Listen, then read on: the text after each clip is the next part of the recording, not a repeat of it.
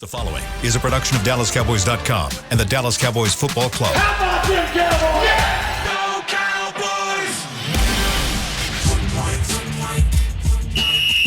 Let's go, baby! Are you ready for a break? Yes. Are you ready for a break? Absolutely. Ready for a break? Yeah, and so much for that. It's time for The Break on DallasCowboys.com We were on the break! with Ambar Garcia, Brian Broaddus, Patrick Walker, and Derek Eagleton. It is Monday, August 21st, 2023, season 19, episode number 19. Welcome to the latest edition of The Break. We are live back here in studio at the SWBC Mortgage Studios at the Star. As you can see, we've done a little bit of remodeling here and have a brand new look here in our studio. We appreciate you guys joining us. And for those of you who watch, you're getting a little treat. You get to see our faces. It'll be a little better than the cameras that we used to have where you could kind of look up our noses. And now you actually get to see us as, just a straight on camera shot. So we're happy to have you guys here with us. Now you guys can join on back over here and we'll talk a little bit of Cowboys football. Man, it was a interesting camp. To say the least, and then we get to the end of camp and have the second preseason game of the year, and then the bad news starts rolling in. The injuries start happening. Mike McCarthy had said he's not going to play those starters during the preseason, and they have not played. But some of the guys that you thought may have a shot to not only make the team but actually contribute got some injuries this week, particularly DeMarvion Overshown, Matt Waletzko, and John Stevens. What do we know about them right now? Well, per multiple reports right now, DeMarvion Overshown, rookie third-round pick, the Cowboys are fearing the worst, that it is a torn ACL. We'll see if we can get confirmation today when we speak with head coach Mike McCarthy at around 4 p.m. Central Time. If that holds true, then yes, the Cowboys will be without him. The very promising rookie linebacker out of Texas for the entirety of his rookie season. Devastating news there. Also the same for John Stevens Jr., tight end. Had an impressive borderline elite camp, particularly when you put it contextually with the fact that he's an undrafted guy, came in and made some serious waves in the tight end room. Cowboys are fearing that it's a torn ACL for him as well. And again, we'll see if we can get confirmation for that. So 2 devastating season-ending injuries for the Cowboys for 2 rookies that were looking to contribute. Matt Waletzko, backup, or I should say swing tackle. Last year, he suffered a shoulder subluxation, and he suffered another one against the Seattle Seahawks.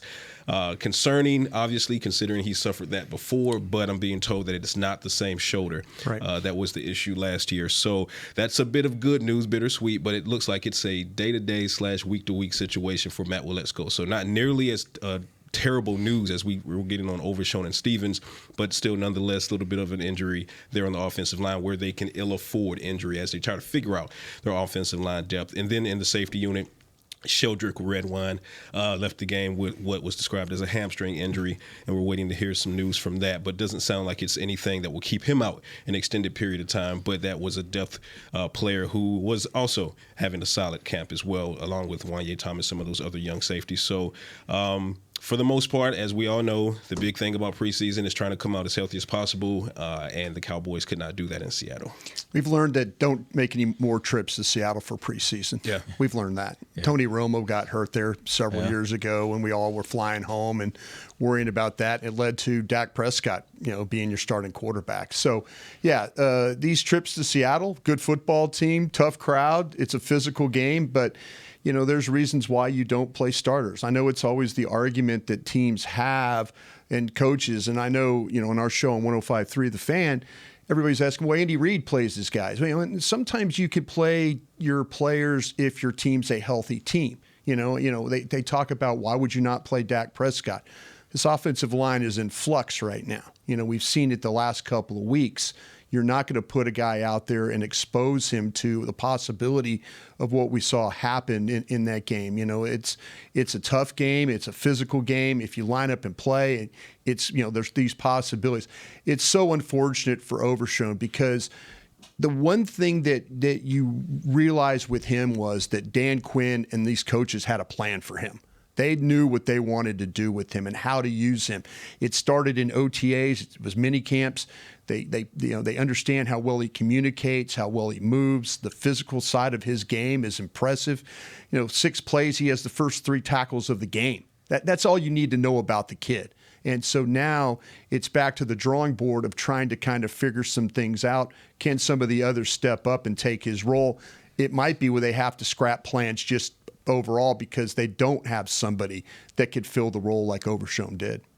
Well, into the O-line, I mean, you still have Chuma, right? And Doga, he's hurt as well. And now you add up, well, let's go. And even though you said, Patrick, that's like on a week-to-week basis, still missing practice time. And we know there were like just about one guy in the O-line backup that was kind of okay. But after that, it took a big drop-off. It's a big drop-off. And we still don't know how long Tyron Smith is going to last healthy in the O-line. That's just a reoccurring thing that happens every year. You got Zach Martin back into the mix. But just overall, everything we've seen year after year is that unfortunately there's always going to be some type of injury in the O-line. And the Cowboys have had to shuffle guys around. So it is very, very highly concerning for me what's happening in the O-line depth. And I don't know, is there anybody out there that the Cowboys could possibly try to even bring? I don't even know who's available. I know a guy. Mr. Peters, are you listening? Is he still out there? He's still out there. I'm not as big a fan on doing that, though. I mean, I understand if you get in a situation you feel like you just have to, you need a body. But the fact of the matter is, when he came here last year, I mean, it was a while for him to kind of work up to being able to play complete games. And even at that, I don't know that I saw enough from him that I was like, it looked to me like it was a guy kind of just holding on, not really quite there, not really, certainly not what he was. Mm-hmm. And if you're going to do that, to me, I almost look at it and say, man, just get one of these other guys, Odoga or someone else, ready to play, because I don't know that you're gaining a whole lot by bringing back Peters. That's just my opinion. I feel like if you're going to go the Jason Peters route, it'd be lovely to keep that in your back pocket for as long as he's available. I agree that it's not something you go with right now. Yeah. You want to see how things play out with Let's Go's shoulder, and maybe, heaven forbid, but if he needs to be an addition, Jason Peters, then maybe it's a mid to late season addition. And you just need a body at that point. Exactly. Right, that you don't need a full 17 games plus however many games you play in the playoffs, hopefully all the way up through the Super Bowl. But they're going to see what they have with the youth. They're going to let Chuma Edoga come back from that hyperextended knee, see what he can do. Let's Go, and like I said, it's not the same shoulder, so it's not as concerning, but the fact that the injury itself is reoccurring within him is a little bit of concern, because he started to come on strong, and he's a guy that I was very high on when he came into the Cowboys, as far as I feel like he can be the definitive swing tackle, but he has to be able to stay healthy to do that. But then circling back to Overshown, the thing that really bothers me more than the obvious is what does his year 2 look like now? Because this is another linebacker, another young, promising linebacker for the Cowboys, who was a mid-round pick. He came in, and before he can really make an impact, he suffered a torn ACL. Who does that sound like? That's Jabril Cox, right? We're still sitting here waiting to see Jabril Cox get back to LSU form, and we're hoping this is the year that it happens, but it certainly didn't happen the year after he tore his ACL. Yeah. So for DeMarvion Overshown, a super talented guy who is definitely going to be, I believe, is going to be a weapon for Dan Quinn. Not only does he lose year 1, but now we have to worry about what does his year 2 look like. Yeah, go ahead. I was just going to say, sorry. When we were doing the shows, I mean, he was one of those guys coming out of the draft that we were the most excited about. And it's just so unfortunate, especially starting training camp. You could slowly see him getting more comfortable and better and progressing towards the right direction. And then this is just a huge hit for the Cowboys right now. It really is. And circling back to about the Jason Peters, I agree with you, Derek. I think last year for 2 or 3 games, it's fine. When it turns into 5, 6, 7 games that Peters has to play, he can't do the things. Again, I think injuries have robbed him of his ability, the lateral agility, the things that he can do, the cutoff blocks. When someone tries to run over him, he's fine. But when he has to move, it's just not the same. And this team is trying to be more athletic with the way they're running the football, the screen game, the outside games, things like that. They need guys that have the ability to move. I talked to somebody in the front office, and they kind of agreeing with us about it. Like they feel like that his better days are done. Now, again, this is before all the injuries were happening. I will say this though: I'm encouraged what I'm seeing from Awesome Richards about what he's doing. It is not going to be perfect with him. You know, there are going to be some crazy times where he looks like he's caught in a revolving door. You know, where you can't get out of the door and you're getting knocked all over the place. How do I get out of here? That some days he's caught in the revolving door and he can't get out. But there's other times where he's shown the ability to set, to get outside, to sit down, to bend his knees, the techniques that you need your tackles to be able to execute. He's showing that, and he's showing some flexibility playing some at guard. Felt like he was better in Jacksonville at guard. But this time around in this past game against Seattle, I thought he showed some really good reps at tackle. And then also, too, Josh Ball, who I throw a ton of dirt on Josh Ball. I am a very critical person when it comes to Josh Ball. Played much better in this game. And it looks like, that you might be in a situation where TJ Bass is a gamer. He is another guy that probably doesn't practice very well. And I'm trying to kind of cover what Ambar was talking about with maybe some of the concerns there. And this leads to why I don't think they will go with Jason Peters. Now, this also, I think they're going to make a trade. Now, again, this is just me talking. This is not me, talking with Will or Jerry or anybody like that. But I think they're looking at the possibility, if they make a trade, it could be for a lineman and then now start claiming linebackers. That can, to get a quality lineman, you're probably going to have to trade one, or you're going to have to trade for one, because people just aren't going to put one out there on the street. They're going to say, okay, well, what do you got? Maybe you have some surplus in your own area. Maybe somebody in your secondary interest. The Cowboys did it before. They traded Ward to Kansas City to get a guard back.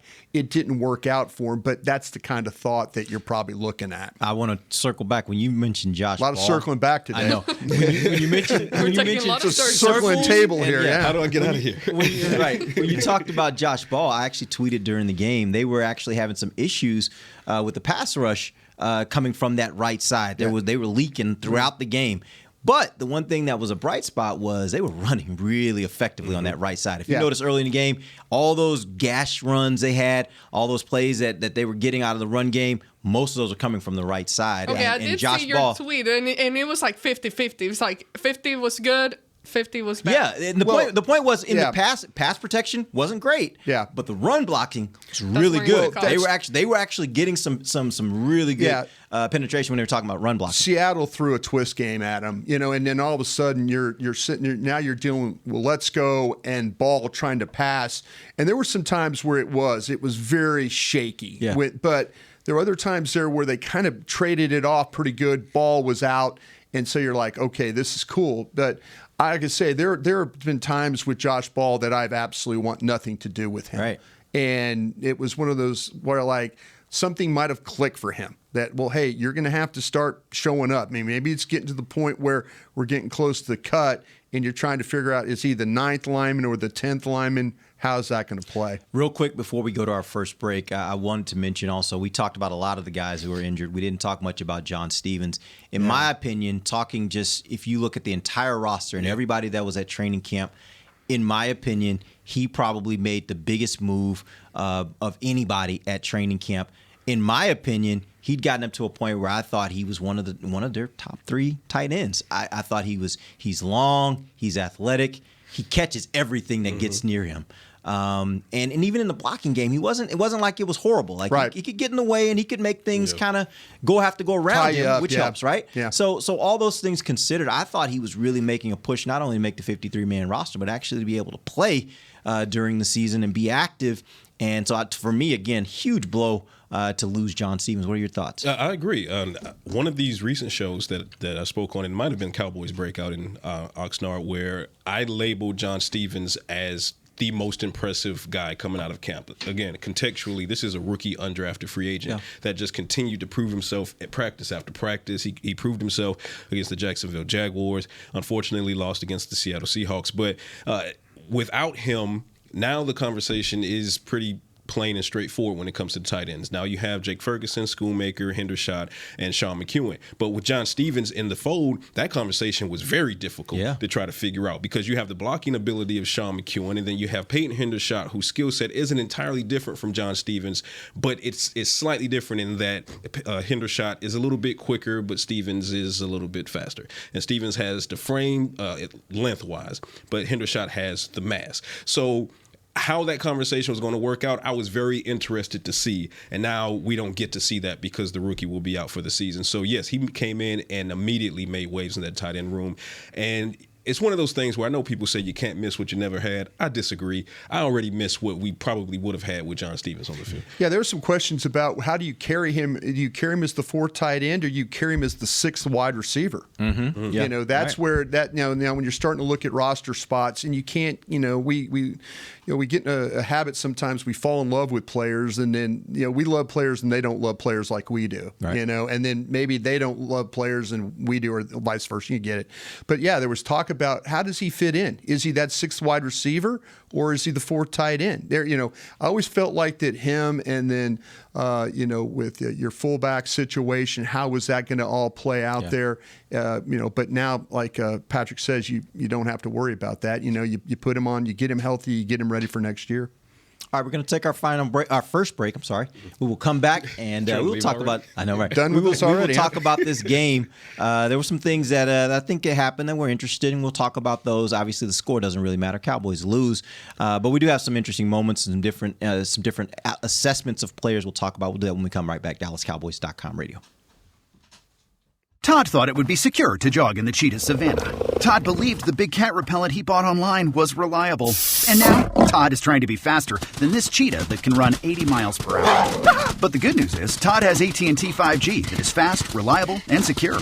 And he learned the best thing to do is stop running and toss her the backpack with the beef stew. AT&T 5G. Fast, reliable, secure. It's not complicated. 5G requires compatible plan and device. 5G may not be available in your area. See att.com/5G for you for details. Cowboys fans, after that move, we've just coined the term Rowdy Replay. Let's roll back the tape. Okay, there's our mascot Rowdy cheering on the boys. And now he's on his phone, on his Bank of America mobile banking app? Staying on top of his finances with his virtual financial assistant, Erica. Bank of America's digital tools are so impressive. Cowboys fans just can't stop banking. Learn more at bankofamerica.com/can't-stop-banking. Erica is only available in the English language. You must download the latest version of the mobile banking app, only available on select mobile devices. Message and data rates may apply. Member FDIC. They say champions are remembered, but legends are never forgotten. United Ag and Turf offers a winning lineup of John Deere equipment built to tackle any challenge on and off the field. Legendary John Deere tractors, combines, residential mowers, commercial mowers, compact construction equipment, Gator utility vehicles, and a full line of golf and sports turf equipment. United Ag and Turf, the official Ag and Turf equipment supplier of the Dallas Cowboys. Visit UnitedAgAndTurf.com to find a location near you. Hey Cowboys fans, ready to spice up your next watch party? Bring Yo Quiero guacamole and be the game day hero. Yo Quiero means I want, and we know you want great, fresh-tasting, ready-to-serve guacamole for your home gating and tailgating events. Made with real avocados and the perfect blend of spices, it will be the star of any party. You can find us at your local Albertsons or Tom Thumb in the deli section. If you can't find it, talk to your store manager and tell them, Yo Quiero guacamole. Back to the break. Come watch the Dallas Cowboys practice at the Star in Frisco during training camp presented by American Airlines. Free open practice will take place at the Ford Center starting with Cowboys Night on August 22nd and run through the 24th. For more information, visit DallasCowboys.com/training camp. Welcome back. It is the second segment of the break. We're live from the SWB, the new SWB Mortgage Studios at the Star. Let's talk a little bit about this game. Here's what I want to do. I'm going to first go around the table, and I have kind of two questions. I'm sorry. I'm sorry. This segment is brought to you by blockchain.com. And there it is. Our little sounders back. All right. So here's what I'm going to do. I want to go around the table. I want to get you guys to answer both sides of the coin here. I want you to tell me the best thing that you've seen about this team through the first two preseason games. And then I want you to tell me the most concerning thing you've seen about this team through the first two preseason games. Let's start first with you, Brian. I think the front seven, mainly the defensive line, I like what I've seen with that group. I like how the linebackers and the defensive line have all worked together. I thought they did a really nice job against Seattle's ones the other night, when they were having to deal with that. Jacksonville, we saw some things. They were able to make some stops. But I like the front seven, what I've seen. The thing that concerns me the most is with what's going on right now with the backup, like I say, with those offensive linemen. Can you find one or two of those guys? Is it going to be something that you're going to be able? Do you have a definitive swing guard? Do you have a definitive swing tackle? Those are the things that I think that I'm saying. Can you find those guys? But I like what I'm seeing from the front seven of the defense. I would say guys that I wanted to see a little bit more of, or just see, okay, is this real? What we're seeing at training camp, for example, is this real? Those things carrying over to actual preseason games. For example, what's happening with the running backs. Them performing the way they were doing at training camp and then running the way that they have. A guy like Deuce Vaughn with his size, I know he's shown a lot of speed and talent, but it's still a question. How does that translate to a real game? Malik Davis, Rico Dowd, those guys, questions that I had behind the people who would possibly be behind Tony Pollard. Sam Williams, another guy that I think is taking the right step forward. Obviously, still sometimes need to clean up his game a little bit, but I think he's headed towards a really good season. Kicker, that's still a question because I don't want to repeat. I definitely voiced my opinion or concerns about the O-line, but I would say another area would be the kicker. I still have my doubts and haven't seen enough. I was wanting to be able to just give them more opportunity or get him to be able to kick the ball in different parts of the field during the game. I understand that's kind of difficult to do, but I just feel like I haven't seen enough of him just yet during these two first preseason games. One thing I will say real quick before we get to you, Patrick, on the kicker is the one thing that I do like about him is his kickoffs are consistently he's got gunpowder touchbacks. Like he is booming it through the end zone almost every single time. And that I do like. That is a consistent thing that we've seen throughout these preseason games. I know we're dealing with, low-hanging fruit here, but again, there is something that's very positive and has been consistent throughout the training camp. Throughout preseason with regards to him, and that is the kickoffs. I wish Mike would have tried more field goals with him. Maybe even that fourth down. Maybe that fourth down. Even though you're going to lose the game, maybe the fourth down. Just see. Yeah, just to see. Yeah, we were talking about that. Ambar touched on it for me. For me, it's the running backs. This is a running back room. Coming into this offseason, you release Ezekiel Elliott, Tony Pollard, ultimately ends up operating under the franchise tag because no long-term deal was struck. You go and get Ronald Jones. What does he bring for you? Rico Dowdle, you re-sign him on a one-year deal. Can he stay healthy? Because we know he can be when he's healthy, but can he stay healthy? Malik Davis, can he take the next step after showing some flashes last year? You go and grab a guy like Hunter Lipke. So many question marks was on this running back room coming into this training camp. And at this point in training camp and after seeing two preseason games, I feel good. I feel good about this running back room. I feel good about what Rico Dowdle can do as the RB2 in my eyes. He's the RB2 behind Tony Pollard. And then you mix in Deuce Vaughn as RB3 and try to figure out where you get Malik Davis. Because Malik Davis, although he didn't have the best game against Jacksonville, he came out in 8 carries, 32 yards, which is not entirely dissimilar from Rico Dowdle, 8 carries, 38 yards against Seattle. So Malik Davis had a much better game. I anticipate he'll have an even better game against the Raiders, Rico Dowdle as well. So for me, the running backs room, I had so many questions coming in, but now, as long as everyone remains healthy, knock on wood, I feel really good about the running backs room. My concern, I'm not going to go kicker just yet, which actually makes me feel a little better. I'm not completely in on Aubrey quite yet, but I'm not out on him yet either. Blue-white practice, that was not great, very not great. But since the release of Vizcaíno, Aubrey has practiced very well, and when he's got the opportunity to kick, he's made his kicks with the exception of the missed extra point. And then they spoke about that, Bones did, as far as the operation. They went too fast, and Aubrey said it himself. So let's kind of let that play out and see, because like you said, the kickoffs also are a factor when you're talking about the kicker, and the guy's got, a powder keg in his right foot. So I am going to talk about the offensive line depth, though. I still have my concerns there. going into Seattle, and now you lose Weletsko day to day, week to week. Adoga's not back yet from that hyperextended knee. But he wasn't playing well to begin with, that too. is very That's true. the thing. You went and got a veteran guy. About Udoga or Udoga. Yeah, Udoga just he wasn't playing well, and then he gets hurt. Now you're that veteran guy that you got that kind of was a bridge that maybe can give you the depth. There's more questions about that. Yeah. So offensive line, the backup offensive line is right there for me as my biggest concern. And thankfully, the starting offensive line I don't have any concerns with because Zach's back, baby. So with Zach being back, I feel just wonderful as long as Tyron remains healthy. This front five is, in fact, the best five for the Cowboys, and they are going to be a problem for opposing defenses. That said, behind those guys, yes, we love what we're seeing from Awesome Richards and TJ Bass. I agree. I think he's a gamer, may not practice well, but when the lights come on, he's going to knock some guys around. But all things considered, these are still young guys who are trying to figure out things, and the coaches are trying to figure out things with them, trying to figure out who sticks where. So still, biggest concern, OL depth for me. Yeah, it's interesting. I was telling somebody this weekend, I was like, if this offensive line stays healthy, I think this offense can be a top 10, maybe even higher offense in this league. If they are not, I'm talking just lose one of them, it could drop that offense down significantly because the backup, the depth of this offensive line is where your challenges are. This starting group, though, I think is every bit capable to be able to have this offense right where it needs to be, especially with a defense that we expect to be as good as it's going to be. It's going to all depend, in my opinion, on the health of this offensive line. Yeah, it's a shame that we sit here and think about Tyron Smith the way we do. You know, the way that you're kind of like, we're just waiting. And it's a sad way to operate, but you lose that left tackle, all of a sudden now you're kicking Tyler Smith. Okay, you're there, but where's, you got to figure out that guard position. Yeah, because you're going to rob Peter to pay Paul. I'll tell you, I learned the other day with Farniak, I think Farniak is a better center than he is a guard.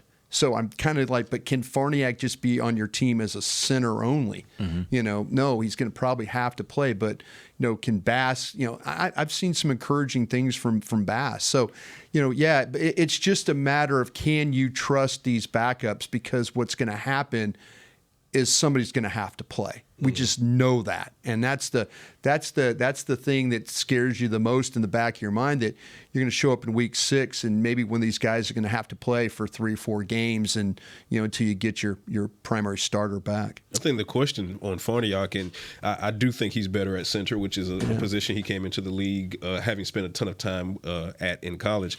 But then it puts him up against Alec Lindstrom, and I think for the Cowboys, they're trying to figure out, well, we got to get Lindstrom his reps at backup center. So Farniak, we're going to try to flex you out to guard, and he's performed well in some cases. In some cases, he's gotten kind of beat up. So that'll be interesting to see how that plays out. So I do agree. I think that Farniak, better center, but since they don't need a backup center. Yeah, but as far as the starting 5, I think if they're healthy and they can remain healthy, this puts them up there with. The front that was in front of Tony Romo, right? When I say that front, I'm talking about Tyron and then Ron Leary and Travis Frederick, and I'm starting to see signs of Fred Beard and Tyler Biadasz, both in practice with the intensity and his ability on the field as well. But then when you look at the line, obviously Zach was still there as well. And I like Terrence Steele, and you could say, okay, is Terrence Steele better than what Lyle Collins was at right tackle? I think he is. So if this front 5 can stay healthy, then, it's a wall. It's an absolute wall in front of Dak Prescott. Completely unrelated, really. But it's funny to me when you see guys like that, like you talk about Biadasz and Steele. You see them in person, and their little cute faces, baby-looking faces. Don't let the smooth taste fool you. And then they get in there, and you see them playing, and they look so good. So I'm really impressed with what they've been doing this year, and again, intensity, that level. But just for people out there listening, and you look them walking, and you don't think they would hurt a fly despite their size, but. They're a beast. They need to get through Biadasz in that ankle, though. That's something that lurks in the back of my mind. You hope that's something that he can get healthy sometime, some point. But hopefully it's not something that reoccurs. Yeah. He's dealing with that. The one thing I will say about Biadasz, and I was talking to Nick about this last week as we were ending training camp and after the practice where there was all the extracurricular going on. I loved it personally, especially from Biadasz, because you talked about Biadasz. He always seemed like a very nice and just kind of go along kind of guy. And I kind of wanted to see that dog in him. And that day he showed out. Like he really was. You could tell he'd had enough. And he was like, okay, this is not going down like this. His reaction time. Right. It was amazing. Yeah. But the other thing about that was actually a few plays before all this stuff began, he had a rep in one-on-ones with Mozzie Smith. And he showed me something that I had not seen from him since he'd been here. The knock on him for me has always been you put him up against a bigger, stronger defensive tackle, he's going to have problems. And Mozzie is that bigger, stronger defensive tackle.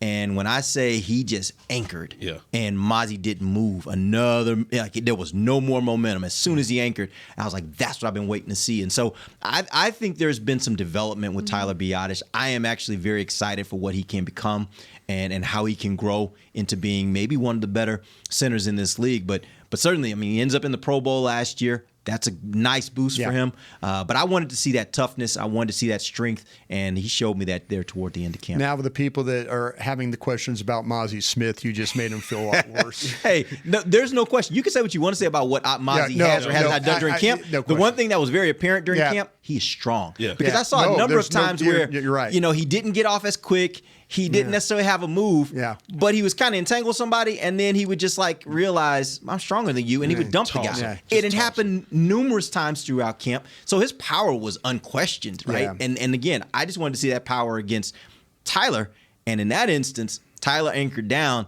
and there was no moving him, there was no dumping him. Yeah. He couldn't get out of it, and Tyler had him, and that's what I wanted to see from Tyler. Can he be what you need him to be this year? Who? Mozzie.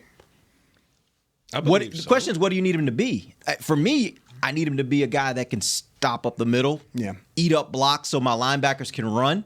So if that's what they're asking him to be, absolutely. I think he can be that right now. Yeah, the biggest question about Mozzie right now is he's dealing in a scheme that he's trying to become familiar with. And he at Michigan, he was very much a read and react.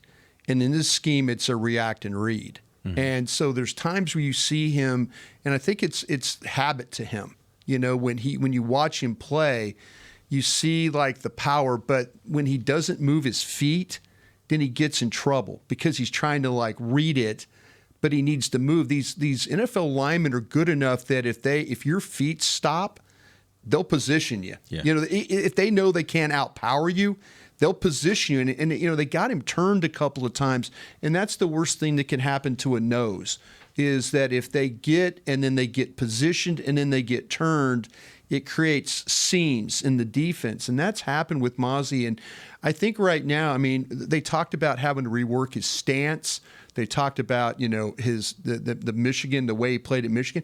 I think it's 3 years of him playing a certain way, and now they want him to play. You have to play this way. You have to figure out. And there's times where he looks late off the ball. And because he's trying to kind of figure that out, that, okay, at Michigan, I did this. And, you revert back to things that, how you were able to have success. And so I think it's just going to take some time with him. I know people out there they want to see this dominant guy. But if you see the ball when it's at him, that it has to spill, that it can't go where he is, and it goes to the outside, or somebody's running from behind him to go make plays, then you've got it. Now you know what Mozzie Smith's doing. That's the good Mozzie Smith.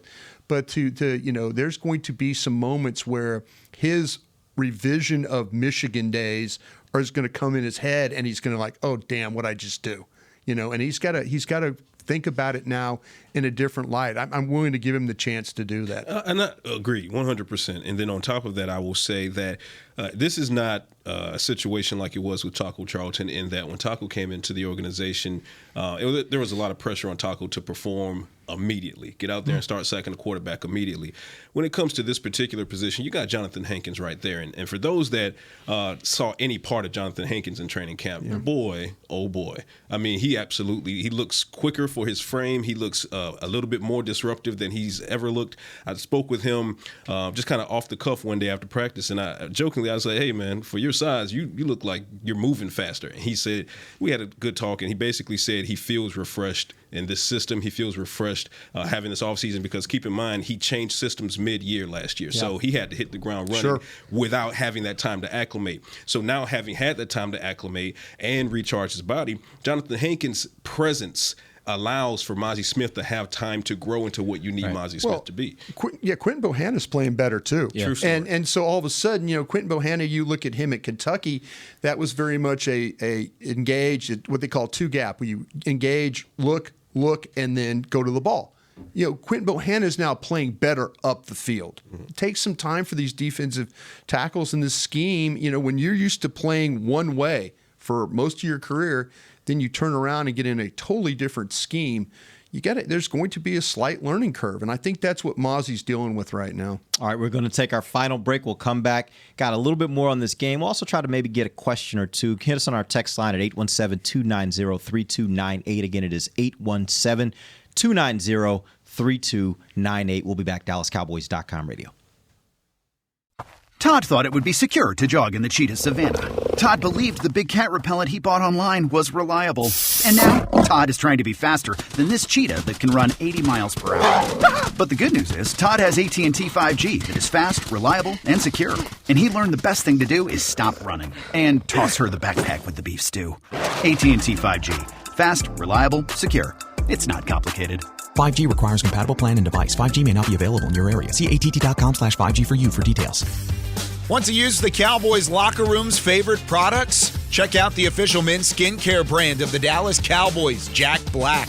Right now, you can get the Jack Black Playmaker, a curated collection of Cowboys locker room favorites for just $10 with free shipping. The Playmaker includes 4 Jack Black skincare favorites, plus a full-sized Intense Therapy lip balm. Go to getjackblack.com/Cowboys and use the code word Cowboys. The Jack Black Playmaker, $10, free shipping. SeatGeek has your back no matter what kind of fan you are. So whether you're a diehard fan or a don't really care fan, a we got 'em next time fan or we'll never win again fan, a here for the tailgate fan or a first one through the gates fan, SeatGeek not only makes buying and selling tickets easier than ever before, they made just about everything else easier too. So whether you're a here every week fan or haven't been here in years fan, SeatGeek has you covered. Download the SeatGeek app today. SeatGeek, your ticket to great seats. Welcome back into Dear Doctor, the show where I answer life's questions with an ice-cold can of Dr. Pepper. Sheila, let's hear from our next caller, would you? Dear Doctor, my friend supported me during a tough time, but what's the right gift that says, thanks for being a shoulder to cry on? Okay, this one's easy. I say give her a delicious Dr. Pepper. Nothing says, thanks, girl, better than a one-of-a-kind soda. Yes, any Dr. Pepper flavor will do. Now, just a reminder that I don't need to be a real doctor to know that Dr. Pepper is the one you deserve. Back to the break. Watch 2 of the Texas's best high school football teams face off in the 3rd annual Jerry Jones Classic presented by Whataburger. The Rockwall Yellow Jackets will take on the Cedar Hill Longhorns on Saturday, August 26th at 1 p.m. under the lights at the Ford Center at the Star in Frisco. Get your tickets now at SeatGeek.com. You won't want to miss it. Final segment of the break, live from the SWBC Mortgage Studios at the Star. Here's what I want to do this final segment. We only have about 5 minutes left in the show, so I want to hit a few names for you guys, and I want you to tell me how you think they performed in this last game. You can even extrapolate to the game before that as well, if you're seeing some trends. One-word answers? Sure, if you want to. Okay. But we got a few names we want to get through here. Let's start first with Will Grier. What are your thoughts on Will Grier? Disappointing. Inconsistent. Over it.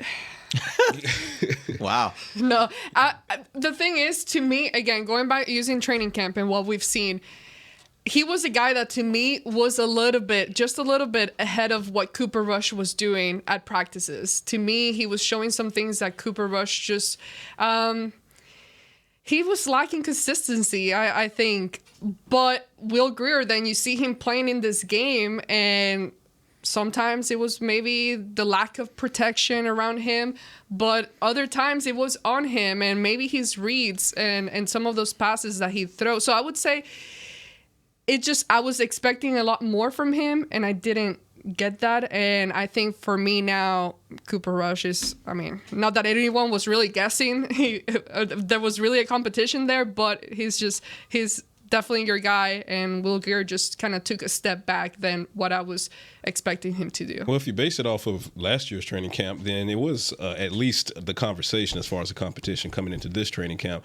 But going back to my word, inconsistent. He showed some great things, put some great things on film, put some bad things on film. 17-play drive, actually. 17 play. Yeah. There you go. The interception against the Jaguars on first down, don't throw that ball. Yeah. He wants that back. The interception against the Seahawks, throw that ball, but throw it a second earlier, and it's a touchdown. Right? So, and the DB can't jump the route. So those situations for Will Grier, it's like, okay, he has the ability, but just lack of consistency. So after that outing plus Cooper Rush's stellar drive against the Seattle Seahawks, the QB2 question is no longer. It's Cooper Rush. Yeah, I kind of feel like that, the pass needed to be out in front of Johnson on third down. He had a chance to run for a first down on another one, and he's trying to throw the ball back inside, to the running back, and it doesn't work there. There's decisions. This is a veteran guy. I know he has not played a lot of NFL games, but he is a veteran player. Yeah, at fourth down, the final, you can't take a sack there. You can't do that. So it's unfortunate. I think he was a guy that was probably in line of making the 53. I think he's played himself out of that role right now. Well, they have the emergency QB rule now, so but I'm saying, he has to be on the 53 to be able to do that. Yeah. Jalen Tolbert. Love. Can't say enough about Jalen Tolbert. He came in this offseason, and it was all about introspection for him. It was all about looking at the man in the mirror, trying to figure out the mental aspect of the game, and he's done that. I said when the trade was made for Brandon Cooks, I sat here, and it was the previous studio, wasn't as pretty as this one, and I said that Tolbert should glue himself to Brandon Cooks, and he did that. And he got into the playbook that much deeper, and we're seeing day after day, practice after practice, and now game after game, he's continually taking the next step. So absolutely, the Cowboys were trying to figure out that WR4 situation. I think it's been figured out. I think Jalen Tolbert is that guy. Rejuvenated.